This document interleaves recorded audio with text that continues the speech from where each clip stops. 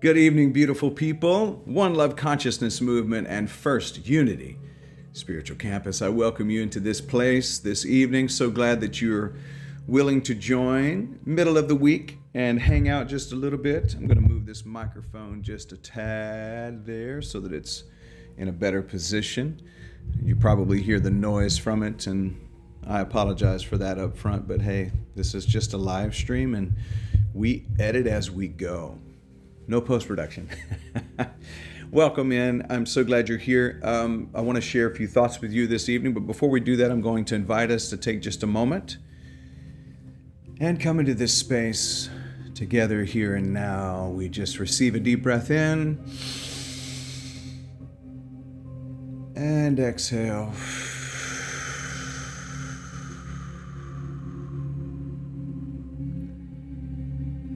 And once again, deep breath in and exhale.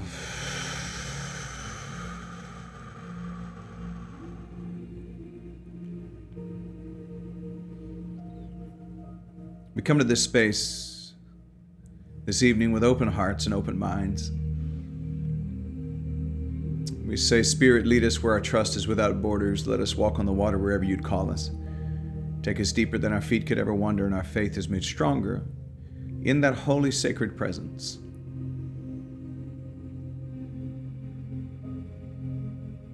That beautiful power and presence, source that is the ground of all being, the sky above, the encapsulating,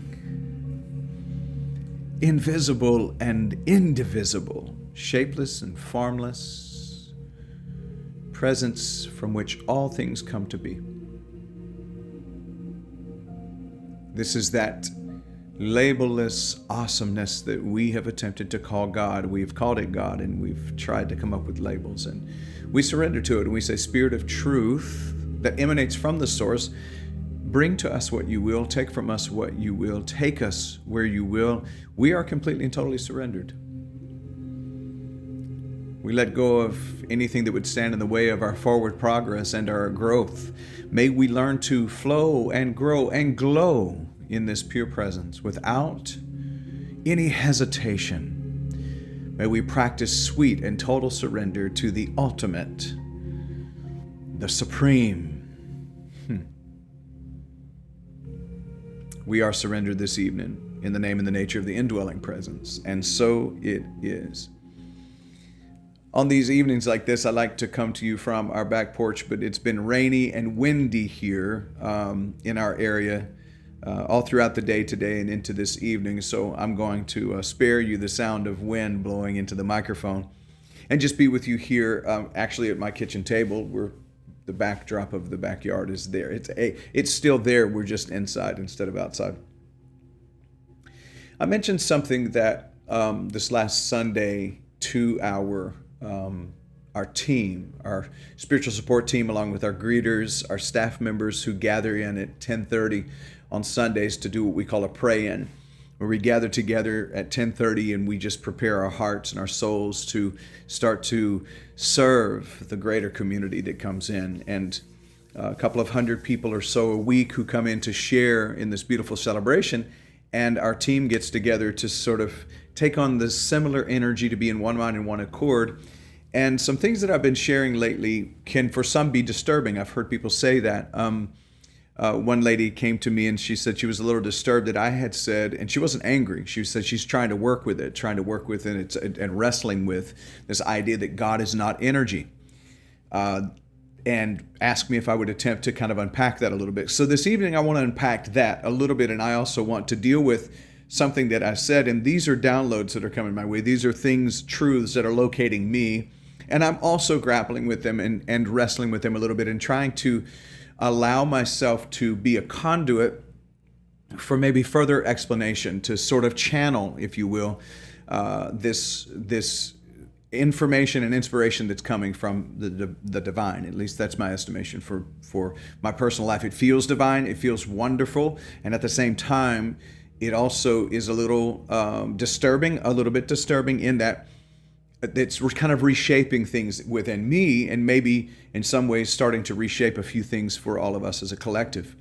But the one statement that I made, that God is not energy, is a little disturbing for anyone really who has studied a lot of New Thought ideas and New Age ideas, because we have always, many of us have adopted ideas that God is energy. We've referred to God as energy. I've referred to God as energy. And it just occurred to me, and I believe it occurred to me from a deep place of truth, that energy is also measurable and quantifiable, which means even energy is not the best description of God or the source, the divine.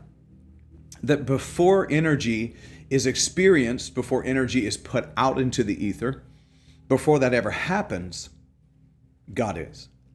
So the idea is to understand that no matter how far back we go in the layers, if we are aware of the layers and we're able to touch the layers and measure those layers, that is also not God. And I said in sort of a frustrating tone recently that I'm really getting to the place where I don't want to talk about God.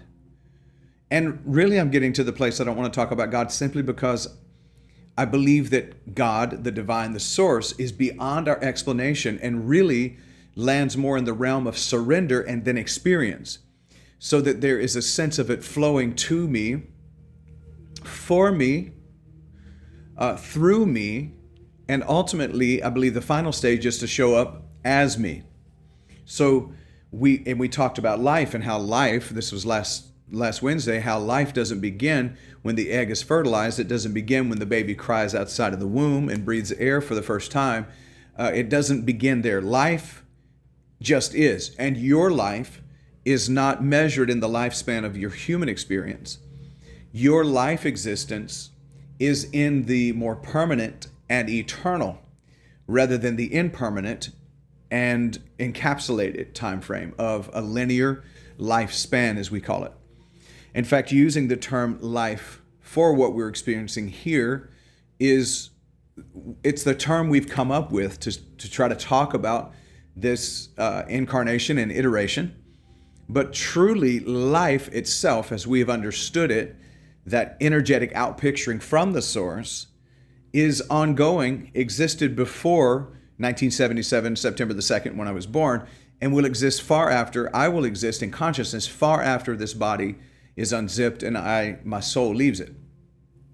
So God is not energy is simply to say that even energy itself is an emanation and a manifestation that comes from the source, and that the source is ineffable. God, the divine, is beyond explanation. God, the divine, is beyond label. That there is nothing that can explain this bigger and better vision and version of God. The good news is that means that none of us are experts. And all of us, the bad news is that all of us will need to surrender our ego to that ultimate source, trust ultimately, because that's really what faith is ultimate trust. We'll need to trust God, trust the divine, and simply surrender to it. So when I say God is not energy, I'm not saying that we don't experience the energetic flow of God, but that God cannot be summated as energy either. And then I made this other statement, and I may stay with this longer this evening, and that is that the spirituality is not about treating the mind. In other words, medicating the mind. Let me say this. When I am sharing these ideas, this is not as much food for thought as it is food for the soul. The thought seems to gain plenty of food. It eats on our doubts and fears and happiness and sadness and anger. It is constantly finding a way. The thoughts are almost parasitical. They find a way to attach. So we don't need more food for thought, but we possibly need more food for our soul. So our soul can gain the energy, the nutritional energy that it needs to recognize its position in this earth experience. That ultimately we are a soul having an earth body experience rather than an earth body having an occasional soul experience. So I wanted to look at some of the difference between treating the mind and transcending the mind. One of the things that Eckhart Tolle teaches that I completely love is that the next level or evolutionary stage of the human is to transcend thought, is to be able to move beyond thought. Or we could say it this way: I give you the keys to the kingdom. Whatever you bind on earth shall be bound in heaven. Whatever you loose on earth shall be loosed in heaven. Is to be loosed from the incarceration of the thinking mind, to be able to not get rid of it, but to simply take charge of it. The same as I mentioned this last Sunday when I said breathing is happening, just like thoughts are happening. But there are moments that I can take charge of the breath and simply remind myself that I can take as deep of a breath as I want to. I can hold that breath and I can release that breath. I'm allowing the lungs to breathe on the autopilot that's in there making it happen, but I also can take charge of those breaths and be intentional about them. The same is true for my thoughts. My thoughts they're not even mine, actually. The thoughts are occurring. The thinking is happening. The thinking is transpiring. I mean, again, neuroscience says between 60 and 70,000 thoughts a day. I don't know how they measure those because they are invisible. But approximately, they say between 60 and 70,000. That's a 10,000 spread. And whoever was auditing those thoughts deserves a bonus. But there's 60 to 70,000 thoughts a day that are occurring. I'm not thinking them intentionally, nor could I. Honestly, if I sat down and tried to think 60 to 70,000 thoughts, I would end up not only in a high level of anxiety, but I would end up in a high level of sadness and depression. I would get nothing done. That's my point. The lungs are breathing thousands of breaths a day without my invitation, without my direction, without my interruption. It's happening on automatic. Same with the beating of the heart, the pulsating of the circulation of blood in my veins. All of this is occurring. This is why the Tao Te Ching says to become aware that you're being done more than you're doing. I would venture to say that 98% of what is happening in any given day is happening on autopilot. It's happening to me, for me, however you want to say that. I'm not the one doing it. So why would I think that I should interfere in so much? But remember that I can take charge of my thinking mind the same way I can take charge of my breathing lungs. Now, I got to thinking about this phrase, transcending the mind, not treating the mind, is the work of spirit. Treating the brain or the mind, treating the brain could be a medical thing. Treating the brain could be a psychological thing. Psychiatrists and psychologists and therapists do wonderful work to really help people to reframe trauma and certain things and help to, in many ways, create new neural pathways so you don't have to go down the same dark roads all of the time. But spirituality, I believe, is more about transcending thought than it is about treating thought. It's about transcending the mind rather than treating the mind. So I got to looking, doing a little research, and I found out that in the realm of Tantra, which is out of the East, there's a profound idea that the individual, in his or her essence, is the very embodiment of disease.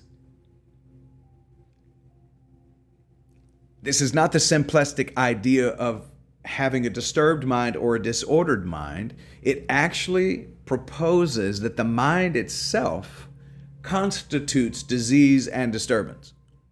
In other words, it's not just merely the case that you experience tension within. Instead, you are, in fact, the manifestation of that tension.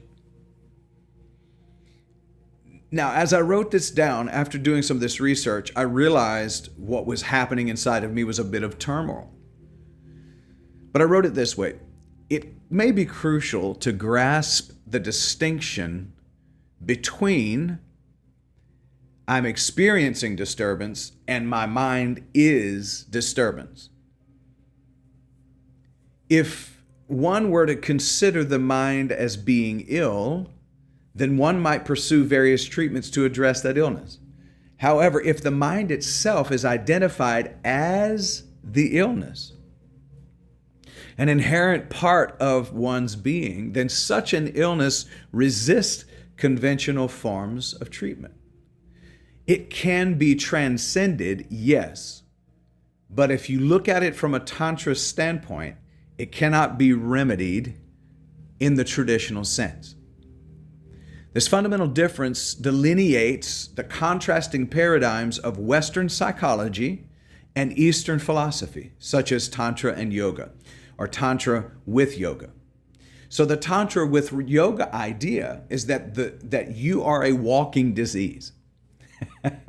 And that you can treat it all you want to with various medications and with various therapeutic treatments. You can do all kinds of things to it. Western psychology has this idea that it can completely unfix the individual by these different mind exercises. And I would say that I am very much a proponent for therapy.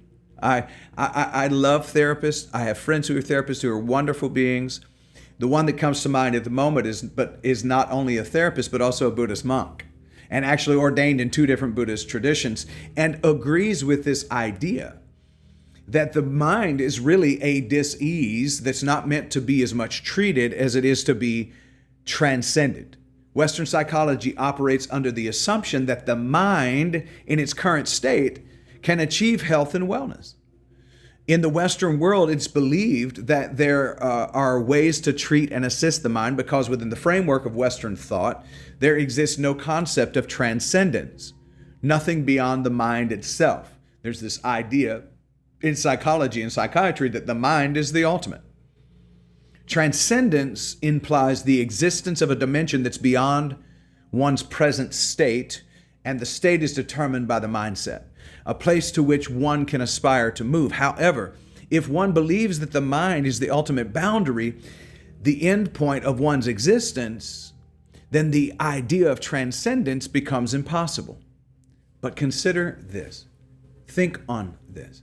If you perceive yourself as nothing more than a physical body, then the notion of transcending that body becomes futile. It's pointless. Who is it that would undertake the act of transcendence? And to what destination would you as an individual journey to? If your identity is confined solely to your physical form and to this brain and to this mind, then the possibility of moving beyond it remains completely elusive and impossible. The very act of transcending suggests that there is something additional, something more profound beyond the body, which we can refer to as the plus.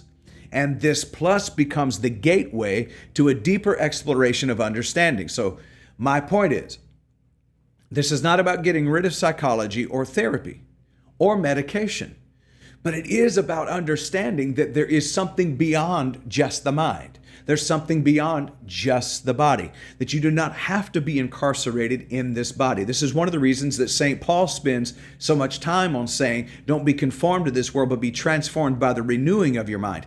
How can the mind be renewed, and by what, unless there's something greater than the mind that can work on the mind? Does that make sense? So when we are born again so that we can see the kingdom of God, see, this is when it starts to get really fun. When we're born again so that we can see the kingdom of God, we recognize the authority is not in the mind, the authority is not in the body, because the mind and the body are both limited. But the limitless possibilities of the divine nature that we really are is the one who we're able to transcend into that upper room. This is why I believe the symbolism is so important of what transpires following the death and the burial and resurrection of Jesus. In the narrative of the Christian story, it says that they went to an upper room in Jerusalem and they waited on the promise. Can you hear this with me for a moment? If we wait on the promise, they that wait upon the Lord, universal law, shall renew their strength. They'll mount up with wings as eagles. This is all symbolism of rising into consciousness. This is feeling good now. Can you hear this? Can you see this symbolism? That ultimately, if we are stuck in the mind and we're stuck in the body, then we are incarcerated and we're doomed to the limitations of the mind and the body. But I came to tell you that I don't believe we are. I don't believe we're stuck in the mind and in the body. I believe for too long we have decided to live behind the bars of these bones and behind the limitations arrested by our thinking mind and the concepts that have conned us out of our greater life. If we learn how to transcend and transform into the beings of Christed nature that we are called to be, into our divine selves, to bust out of the prison if we experience death while we're alive, the burial into the cocoon of the possibilities, and the resurrection out of the cocoon, we gain our wings and we begin to transcend and transform, and we start to then influence and project a divine order over top of our physical order. In a similar vein, if you regard yourself as merely a mind, without any additional dimensions to your being, then the pathway to transcendence is completely blocked. It's dammed up. And the word damned is perfect there, because damned means condemned. There is therefore now no condemnation to them that are in, can you hear this?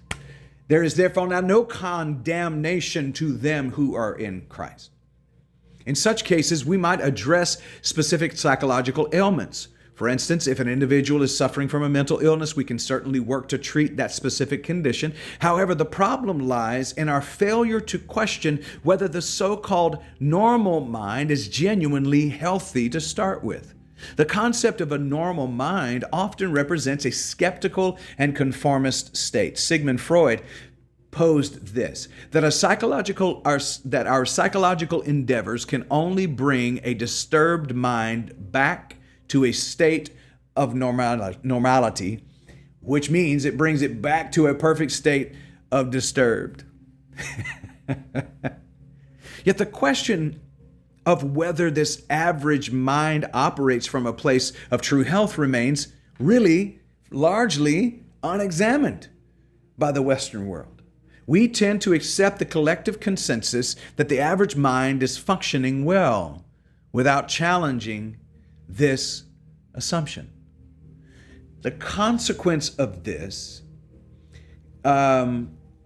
and as I wrote it, consequently for those who venture beyond the confines of the average mind, those who think differently or experience life in a unique way, there often arises a societal pressure to conform, to readjust, and to realign to some kind of a mainstream. Can you hear this? There's people who start talking about transcending the mind are often thought of as crazy. But Christian G. Murdy said this, and I've repeated this over and over again. It's one of the things that he said that has stuck out to me. Christian G. Murdy said, let's see how he said this. There's nothing sane about being well adjusted to an insane world. To be well adjusted to the insane world is to be disturbed, insane. And when we start to talk about transcending the mind to people who believe that there's nothing beyond it because they've simply gotten hurt by or traumatized by somebody who used the name God, often we don't want to talk about transcendence because we think we have to be religious to transcend, and you don't. Religion often will keep you from a transcendent space. It really just replaces the same disturbances under a different name. Transcendence is a spiritual awakening. Transcendence is a rebirthing. Transcendence is a recognition of your true origin and your true essence that exists outside of the confines of the body.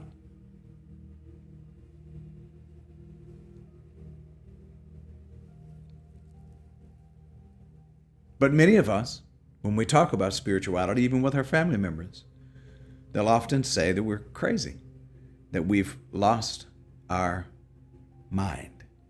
And I have a response for that. And that is, I try to lose my mind at least once a day. Because I can point to the mind as being the culprit for many of my ailments in this life. The interesting thing, some thinkers, including the insightful Jeffrey Lyons, have provocatively suggested that genius itself may be a form of disease. If we equate normality with health, then genius by its very nature becomes an aberration, a phenomenon, a strange phenomenon. You would be thought of as weird if you're a genius. A genius often operates outside of the boundaries of what is deemed normal. Their unique, strange, and weird perspective about life and thought process may even be perceived as madness in a certain context Many people thought, and still to this day think, that Einstein was crazy. But he also was the one who discovered the law of relativity. He essentially discovered quantum physics. He didn't invent it. He located that it was there, and now we have proof after proof after proof that he was telling the truth. But he didn't locate that through a normal mind. He actually located that through a diseased mind, through an abnormal mind, through an abnormality, which basically meant it was unhealthy. If that's an unhealthy mind, then I think I'll choose an unhealthy mind. But people who have a unique perspective are thought of and perceived of as mad or crazy. Yet because of this madness, there can be a yielded value that contributes to our society. Great inventions. And because it contributes, many of us make allowances for those kinds of individuals in our communities. And we say, oh yeah, he's a little crazy, but man, wow, what a genius. Why is it that we can do that, and yet we don't allow ourselves to understand the power of transcendence? Somebody starts to talk about transcendence, and we think they're absolutely out of their mind. Ultimately, this discourse invites us to reflect on the nature of mind, the nature of being. It asks us to rethink our definitions of health and illness and the societal constructs that govern our understanding of normality and genius, of crazy and normal.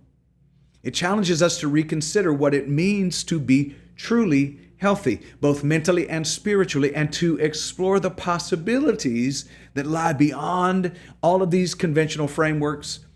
I've said this to you before, and I'll say this again at the risk of exhausting you with it. That no one that's ever changed the world did so by doing things the same way they had been done. In fact, Einstein had this interesting, speaking of a genius, apparently had an abnormal and a diseased mind, was crazy, was out of his mind, off his rocker to some. He said the definition of insanity was to do the same thing over and over again, expecting different results. And is that not what we do, even in religion, where we come back to church every week and recycle the same ideas of shame and guilt and being saved from it? We are being put into hell, the hell of the sin consciousness, every week, and then brought back out of it toward the end of the service. We are being preached to about fighting a devil, fighting sins, trying to live right, blah, blah, blah, blah, blah, and never really understanding what it is to transcend these things. We're doing the same thing over and over again and trying to figure out why we have not seen a better or an improved result in our world. When you preach guilt, when you preach shame, when you preach hell, when you preach a literally sadistic, angry God to people, and you tell them to be like that God in order for you to go to heaven and not go to hell, you create hell on the earth because they believe that it's okay for them to start to act judgmental, to start to believe that it's okay to torture people if they don't make the right choice or the choice you deem to be right. We must learn how to transcend the mind, not just treat the mind. And this is what it means to be transformed by the renewing of your mind. Transcend it, work on the mind from a higher space, retrain, refire, and rewire the brain to operate according to your higher consciousness principles, which, as I've said to you before, it's important to devote ourselves to it. Emotions, commotions, and devotions. Let our devotions influence directly and inform our commotions and our emotions. We don't reject them. We embrace them. We integrate them into the love, into the light that we are. We live with them in harmony. We invite them to the rehearsals so that they know to sing the same song and what the words are and what their part is. I mentioned this to someone yesterday. That seeing these emotions, there are four major emotions, they say: the sadness, happiness, anger, and fear. Sadness, happiness, anger, and fear. And I said, if the one that you despise is sadness, and you push sadness aside, and sadness is never invited to the rehearsal of this quartet, how can you expect sadness to understand its baritone note or the words to the song? If you want your emotions to be in harmony, not just treating the mind, but transcending the mind and becoming the conductor of a beautiful harmonizing quartet that can sing the song of your life. Invite them all to the rehearsals. Teach them the song you want them to sing. Teach them to learn their part, the part that they play, and then have them sing in harmony together. So really, this rant this evening is about learning how to not just treat our brain and treat mental illness, but to transcend the thinking mind. And in transcending the thinking mind, we transform our life. I want to say thank you for being here. Thank you for your love. Thank you for supporting this idea of love, joy, and peace being a daily habitual practice. Thank you for being a part of the meditations. Thank you for being in person at First Unity Spiritual Campus here in St. Petersburg. Thank you for joining virtually through the One Love platform. Thank you for being a part of it. We're coming up on the end of the year, and because of you, we're still here. And I want to say thank you for that. I want to say thank you for those who are going to feel moved even this evening to give an end of the year donation to First Unity Spiritual Campus if you're a member there, to One Love Consciousness Movement if you're a member here. I'm going to ask you to consider giving a tax-deductible end-of-the-year gift to keep us going. Most of all, the gift you can give to us and to the world is to experience your own transformation and transcendence into the great Christ mind that's waiting for you to allow it to be born in you. I'll say this in closing. We're in the Christmas season. Is there any room in the inn? Can you make room in the end right here, to practice the Christ mind and let it be born afresh in you? I hear the music getting started, so I'm going to get up out of here now. My friends, go and make it a great evening and a great rest of the week. I'll see you in the morning for meditation. Peace.